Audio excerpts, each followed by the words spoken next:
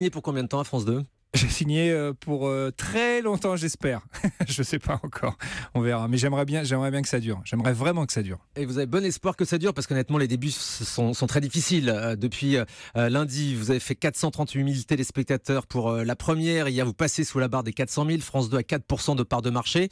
Honnêtement, on est très loin des objectifs. Alors là, on parle effectivement d'abord de l'audience, mais on peut parler aussi de l'aspect qualitatif de l'émission. Mais sur l'aspect audience, il faut savoir que, alors j'ai un peu étudié la question. Vous savez que c'est pas mon domaine. Mais je me suis dit, bon, si je viens quand même à Europe face à Thomas Joubert, il va falloir que je bosse. Donc j'ai un petit peu regardé. J'ai vu que la tranche était à 3,5 la semaine dernière. Donc on était à 4,2 lundi soir et on est surtout à 4,1 aujourd'hui. Ça veut dire qu'on est stable avec une courbe, et ça c'est très important, qui monte tout au long de l'émission du début à la fin.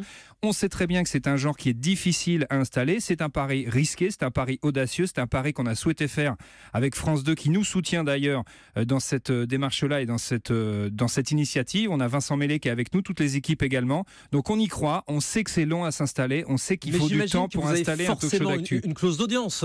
Moi, avec une porte de sortie en décembre généralement pour laisser 3-4 mois l'émission. De toute façon, il faut être très clair. Vous savez très bien, et encore mieux que moi, je pense comment ça marche. Si les audiences sont pas au rendez-vous, on va nous dire gentiment que c'est bien d'avoir essayé, mais que c'est terminé. Mais ça, il faut accepter le jeu. Ça, c'est la règle du jeu, je pense, dans toutes les chaînes. Bon, mais c'est pas votre état d'esprit aujourd'hui, au deuxième jour de l'émission. Pas du tout. Qu'est-ce que vous avez dit, tiens, d'ailleurs, hier matin en découvrant les premiers chiffres d'audience à 9h?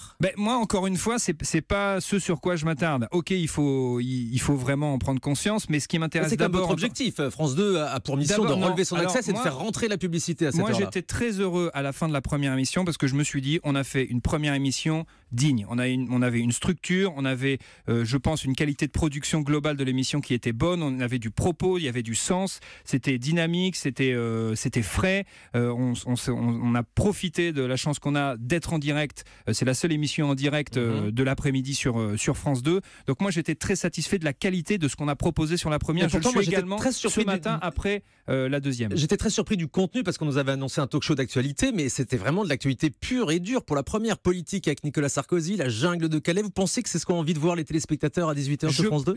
Actualité, c'est l'émission qui répond aux questions que tout le monde se pose. Et quand l'actualité dure, comme vous dites, prend le pas sur tout le reste, forcément, c'est de ça dont on parle au café le matin ou le soir quand on retrouve sa famille ou ses amis après le boulot. Donc forcément, il faut qu'on adapte le contenu de l'émission à ce qui se passe chaque jour. C'est d'ailleurs pour cette raison qu'on a souhaité être en direct au quotidien du lundi au vendredi.